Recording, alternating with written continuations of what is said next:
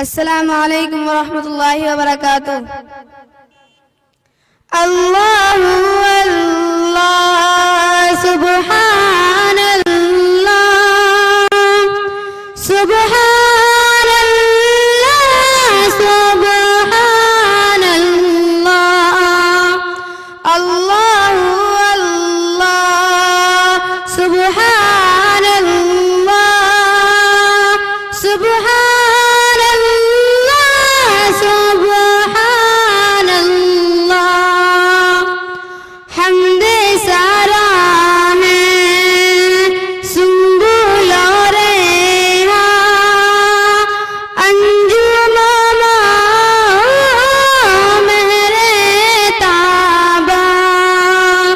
چلتے ہیں اور وہ مقصد اصلی ہے بیان و خطابت۔ بیان و خطابت نے ہر زمانے کے اندر اپنے جوہر دکھلائے ہیں، ہر زمانے کے اندر مقررین حضرات نے امت کی رہنمائی کی ہے، اپنے اپنے انداز سے مقررین کی رہنمائی کی ہے۔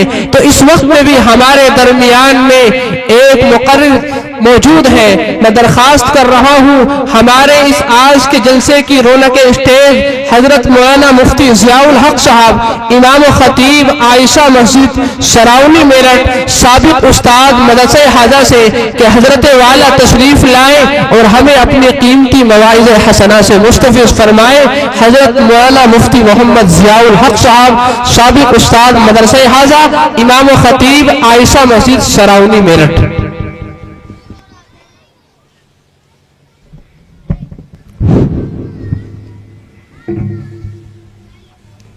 السلام علیکم۔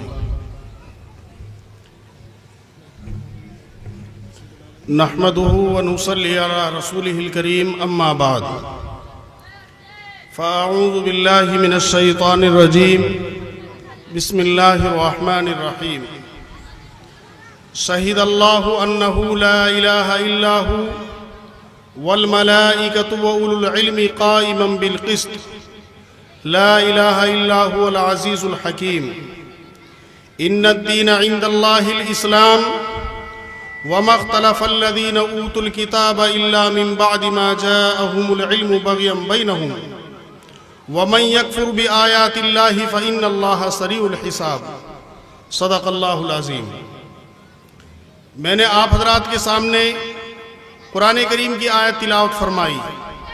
اس میں اللہ رب العزت نے ارشاد فرمایا شہید اللہ، اللہ نے گواہی دی، حالانکہ اللہ کو گواہی کی ضرورت نہیں۔ شہید اللہ انہ لا الہ الا ہو، کہ بے شک اللہ کے علاوہ کوئی لائق عبادت نہیں، کوئی عبادت کے لائق نہیں۔ والملائکۃ، اور فرشتوں نے بھی گواہی دی، یعنی فرشتے اللہ رب العزت کے حکم سے تمام دنیا کے تکوینی انتظام پر مامور ہیں اور سب چیز ان کے علم میں ہے، تو انہوں نے بھی گواہی دی۔ کیا گواہی دی؟ لا الہ الا ہو، اللہ کے علاوہ کوئی معبود نہیں۔ والملائکۃ واولو العلم، اور اہل علم نے بھی گواہی دی، یعنی تمام انبیاء علیہم السلام نے اسی بات کی گواہی دی، اور اسی بات پر پوری کائنات کا نظام قائم ہے۔ جب تک اس کائنات کے اندر اس بات کی گواہی دینے والا ایک شخص بھی موجود رہے گا، اللہ رب العزت پوری کائنات کے نظام کو اسی طرح برقرار رکھے گا۔ شہید اللہ انہ لا الہ الا ہو والملائکہ واولو العلم، تمام علماء، جتنے بھی علماء ہیں، تمام انبیاء اور جتنے بھی دنیا میں علم والے ہیں جو صحیح طریقے سے اپنی سوچ کو رکھتے ہیں، وہ اس بات کی گواہی دیے بغیر نہیں رہیں گے لا الہ الا ہو، کہ اللہ کے علاوہ کوئی لائق عبادت نہیں۔ قائما بالقسط، اللہ تعالیٰ اس کائنات کے نظام کو تھامے ہوئے ہیں انصاف کے ساتھ۔ لا الہ الا ہو، اللہ کے علاوہ کوئی عبادت کے لائق نہیں۔ العزیز، اللہ تعالیٰ زبردست ہے، قابل تعریف ہے، اس کو کسی چیز کی ضرورت نہیں ہے۔ اللہ نے ارشاد فرمایا ان الدین عند اللہ الاسلام، یعنی اس آیت کے اندر اللہ رب العزت نے اپنی توحید کو بیان فرمایا، اپنے ایک ہونے کو بیان فرمایا، اپنے لائق عبادت ہونے کو بیان فرمایا، اور پھر فرمایا ان الدین عند اللہ الاسلام، کہ بے شک اللہ کے نزدیک جو دین ہے وہ دین اسلام ہے۔ اسلام کے کیا معنی ہے؟ اسلام کے معنی ہے سرنڈر کرنا، اطاعت کے لیے اپنے آپ کو جھکا دینا۔ اسلام کے معنی ہے اپنی گردن کو رکھ دینا، اپنے آپ کو اللہ کے حکموں پر راضی کر لینا، اس کا نام اسلام ہے۔ اور اسلام تمام انبیاء علیہم السلام اسلام لے کر آئے، حضرت آدم علیہ السلام سے لے کر اور اس نبوت کی آخری کڑی حضرت محمد صلی اللہ علیہ وسلم، جتنے پیغمبر اللہ تعالیٰ نے اس دنیا میں انسانوں کی ہدایت کے لیے بھیجے، ان سب کا کلمہ ایک تھا، لا الہ الا اللہ۔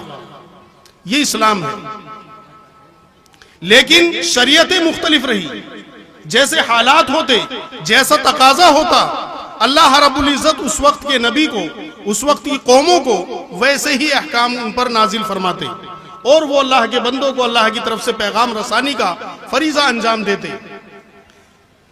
اب جب یہ سلسلہ چلتا رہا، اس کے بعد یکے بعد دیگرے انبیاء علیہم السلام دنیا میں آئے۔ جب ایک نبی کا زمانہ ختم ہو کر دوسرے نبی کا زمانہ آتا تو اب پہلا دین منسوخ مانا جاتا، اس کا حکم منسوخ۔ وہ اپنے زمانے میں اسلام تھا، لیکن دوسرے نبی کے آنے کے بعد اب وہ سابق اور برحق تھا، لیکن اب وہ اسلام نہیں کہا جائے گا۔ جس طریقے سے اسی طریقے سے چلتا رہا زمانہ، اب اخیر میں حضرت محمد صلی اللہ علیہ وسلم تشریف لائے تو اس معنی کر کہ سب کے سب اللہ کے اطاعت گزار بندے تھے، اس زمانے کے نبی اور ان کی امت مسلمہ تھی، لیکن جب دوسری شریعت آ گئی تو اب وہ اسلام یعنی اللہ کے ہاں قابل قبول نہیں رہا، وہ برحق تھا اس زمانے میں۔ تو اس معنی کر تو تمام ادیان اسلام ہیں جو بھی دنیا میں آئے، لیکن اب یہ خاص حضرت محمد صلی اللہ علیہ وسلم کی شریعت کے ساتھ ہو گیا، کیونکہ اگر حضرت موسیٰ علیہ السلام بھی ہوتے، اب اسلام یہ ہے، اگر وہ کہیں، اہل کتاب کہیں، یہودی کہیں، عیسائی کہیں کہ ہم بھی تو مسلمان ہیں، تمہارے قرآن نے تو ہمیں بھی مسلمان کہا ہے، میرے عزیزوں وہ اپنے وقت میں تھا۔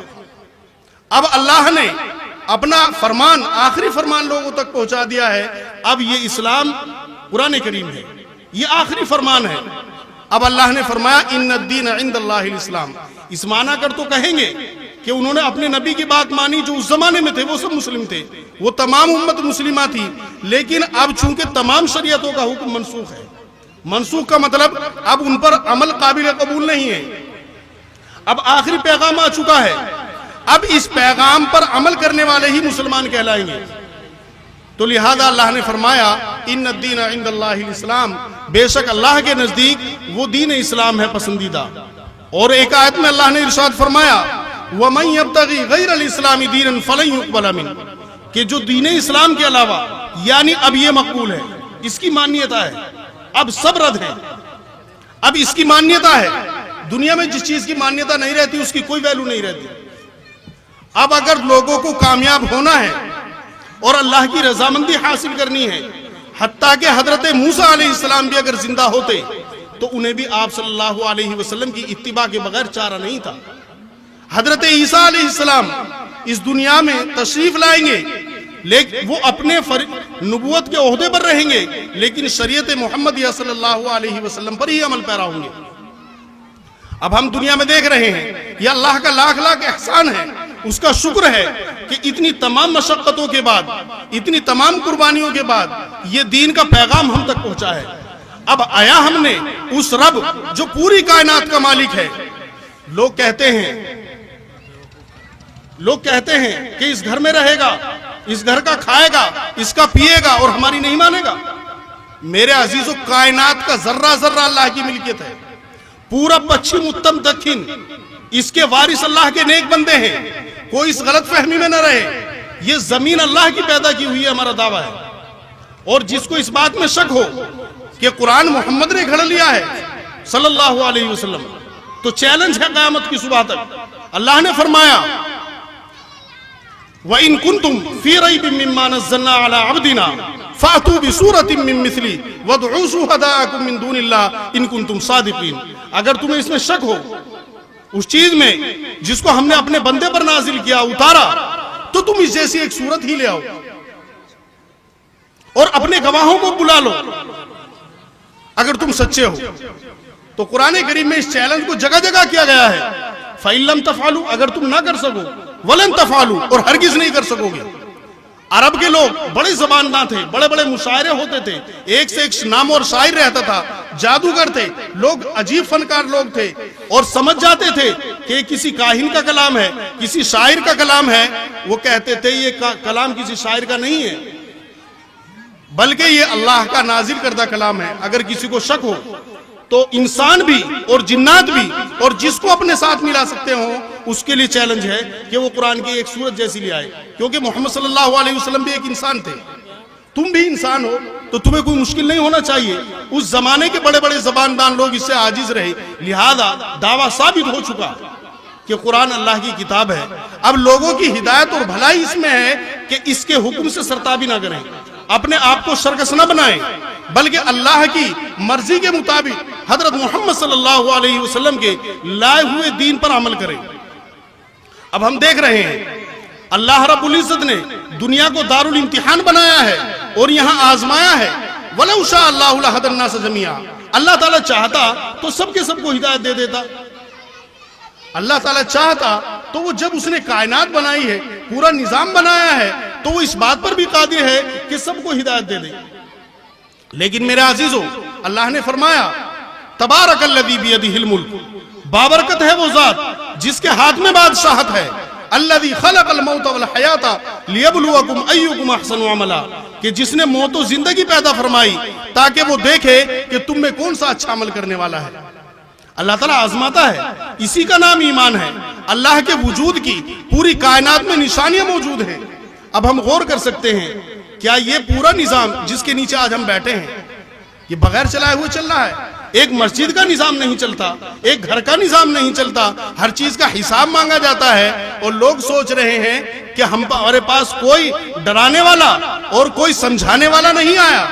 تو کل قیامت کے دن جب کفار ڈالے جائیں گے جہنم میں اور ایک فوج ڈالی جائے گی تو کہے گا دروغہ جہنم کا قال لہم خزنتها الم یاتکم نذیر, کیا تمہارے پاس کوئی ڈرانے والا نہیں آیا؟ قالوا بلا, تو کہیں گے کیوں نہیں آیا, ہمارے پاس آیا. اور یہ بھی کہیں گے وقالوا لو كنا نسمع او نعقل ما كنا في اصحاب السعير, اگر ہم سن لیتے یا سمجھ لیتے تو ہم جہنمیوں میں سے نہ ہوتے.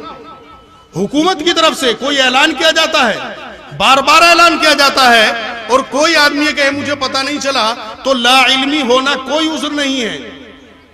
جب دنیا والوں کی بات سمجھ میں آتی ہے کہ گورنمنٹ کے قانون کو بالائے طاق رکھ کر اپنی من مرضی کو انسان نہیں چلا سکتا, تو میرے عزیزو اس کائنات میں پروردگار صرف ایک ہے, رب ایک ہے. اسی بات کی دعوت تمام انبیاء علیہ السلام نے دی ہے. اب جو کوئی اللہ کو چھوڑ کر دوسری چیز کی پوجا پاٹ کرتا ہے, دوسری چیزوں کو اپنا رب قرار دیتا ہے, تو سیدھا ٹھکانہ اس کا جہنم ہے اور کوئی مغفرت نہیں ہے. اس بات کو کان کھول کر سن لیں.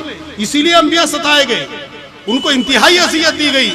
اب ہم یہ چاہتے ہیں کہ دنیا بھی ہمارے ہاتھ سے نہ چھوٹے اور دین کے بھی ہم بہت لمبے چوڑے بن جائیں. میرے عزیزو ایسا نہیں ہو سکتا.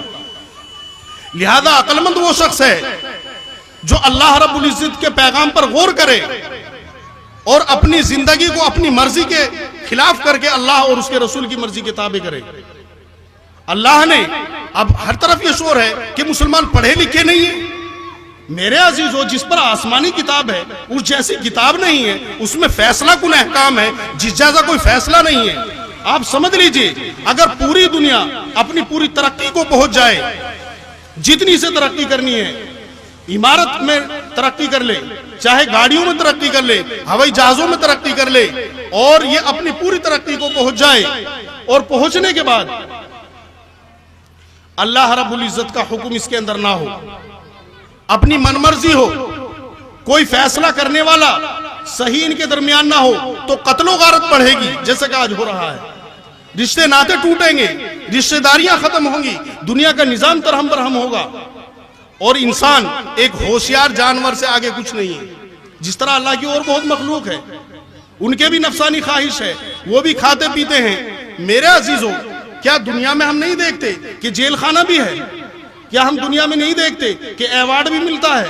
کیا ہم دنیا میں نہیں دیکھتے کہ انسانوں کو کتنے کتنے اونچے عہدے ملتے ہیں؟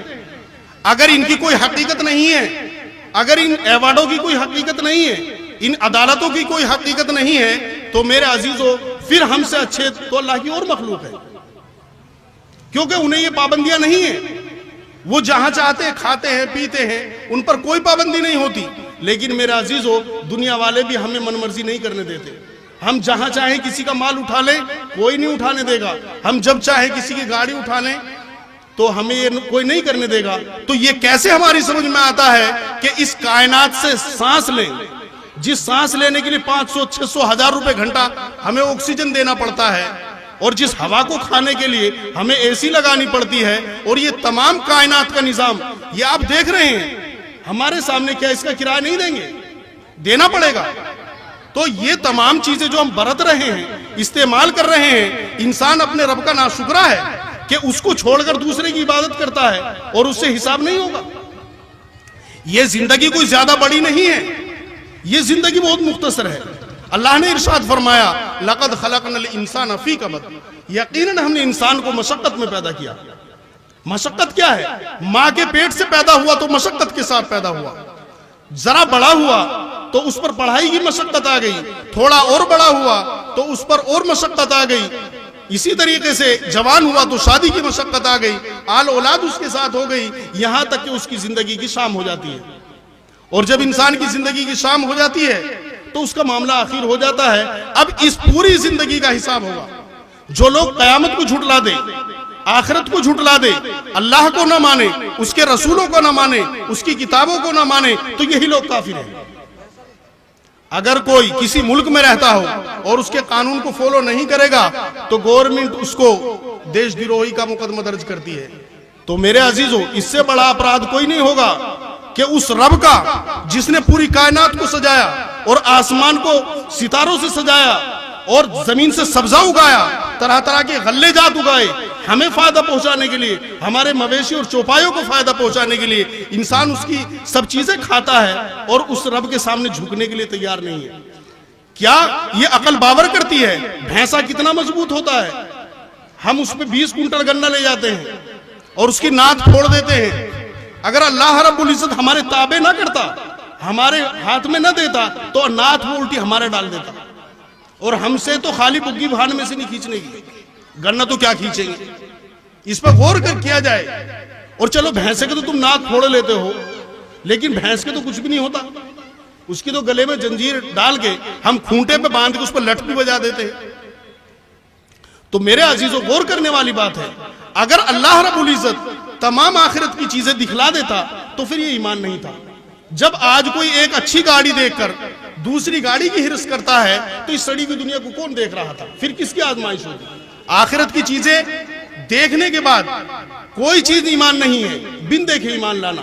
یہ کائنات کے اندر تمام نشانیاں موجود ہیں، سورج نکل رہا ہے، چاند اپنے وقت پر نکل رہا ہے، زمین غلہ دے رہی ہے، تو اتنی بھی جان کھوپڑی میں نہیں ہے کہ ہم یہ سمجھ لیں کہ اس کا رب ہے کوئی اور اس کی اطاعت ہمیں لازم ہے۔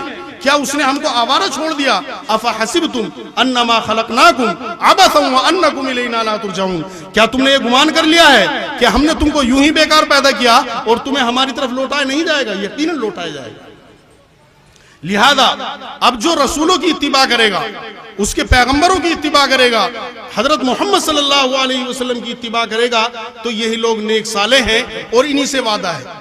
جب ہم نماز میں پڑھتے ہیں اہدنا الصراط المستقیم، اے اللہ تو ہمیں سیدھا راستہ دکھا، صراط الذین انعمت علیہم، راستہ ان لوگوں کا جن پر آپ نے انعام فرمایا۔ اور وہ کون لوگ ہیں جن پر انعام فرمایا ہے؟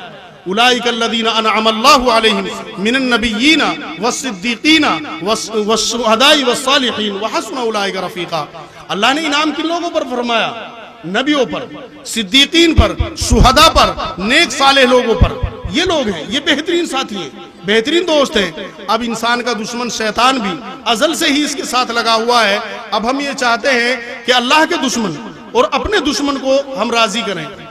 جنت کو ناپسند چیزوں سے ڈھانک دیا گیا اور جہنم کو خواہشات سے ڈھانک دیا گیا۔ آدمی کو نماز پڑھنی ہے تو مشقت اٹھانی پڑے گی، وضو کرنا پڑے گا، اس کے لیے اس کو اپنے کپڑے صحیح رکھنے پڑیں گے اور اللہ کے سامنے جھکنا پڑے گا۔ روزہ ہے 1 مہینے تک اللہ کی رضا کے لیے اسے روزے رکھنے ہیں، اسے اپنی نگاہوں کی حفاظت کرنی ہے، مال کی محبت دل میں نہ گڑ جائے، اسے سال میں زکوٰۃ ادا کرنی ہے۔ اسے اگر اللہ نے استطاعت دی ہے کہ وہ اللہ کے گھر کی زیارت کرے تو وہاں تک جانے کا زیادہ راہ اس کے پاس ہے، تو عمر میں 1 مرتبہ اللہ نے حج فرض کیا ہے۔ اب اس میں ہماری آزمائش ہے کہ اللہ نے ہمیں مال کے ذریعے آزما لیا ہے، اب اللہ دیکھنا چاہتا ہے کہ میرے بندے میرے دین کو اور میرے حکم کو آگے رکھتے ہیں یا دنیاوی چیزوں کو آگے کرتے ہیں۔ کلمہ لا الہ الا اللہ اس وقت تک بندے کو فائدہ دے گا جب تک کہ اس کے حقوق سے لاپرواہی نہ کی جائے۔ اس کے حقوق سے لاپرواہی کیا ہے؟ اس کے حقوق سے لاپرواہی یہ ہے کہ اللہ کی نافرمانی کھلے طور پر کی جائے اور ان کو بند کرنے کی کوئی کوشش نہ کی جائے۔ آج دنیا میں شیطانیت گھوم رہی ہے اور کھلے عام ننگے ناچ ہو رہے ہیں۔ میرے عزیزو، اگر کوئی فیکٹری لگائے، کوئی کارخانہ لگائے اور اس کی مرضی کے مطابق ایک کام نہ ہو، اس کی بات ایک نہ چلے، تو کیا وہ اس نظام کو قائم رکھے گا؟ قیامت جو قائم ہوگی وہ بدکار لوگوں پر قائم ہوگی۔ اگر میرے عزیز و آخرت کا مسئلہ نہ ہوتا، جبکہ وہ یقینی ہے، تو جو دنیا میں اپنی خواہشات پوری نہ کرے وہ سب سے ہوشیار تھا، جیسا کہ کفار کرتے ہیں۔ لیکن ہمیں چھوٹ نہیں ہے۔ دنیا مومن کے لیے قید خانہ ہے، اس کے لیے پابندیاں ہیں، تو اب اس کے لیے پھر انعام بھی ہے۔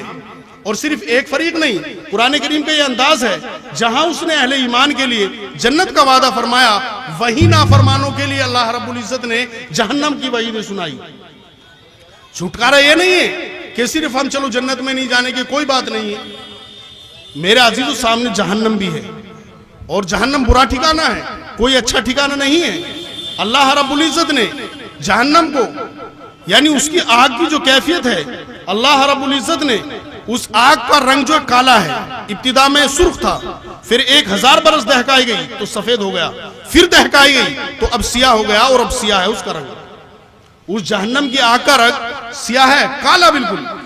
لہذا وہ اس دنیا کی آگ سے 69 ڈگری یعنی 69 درجے وہ اس کی جو طاقت ہے وہ زیادہ ہے۔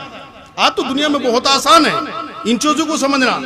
آج ایسی چیزیں ایجاد ہو رہی ہیں جو پہلے لوگوں کو سمجھ میں نہیں آتی تھی، جیسا کہ مسجد میں بات کرنے والے جہنم سے عنق نکلے گی گردن، اور وہ مجمع سے ایسے لوگوں کو چھانٹ لے گی، حساب بعد میں ہوگا۔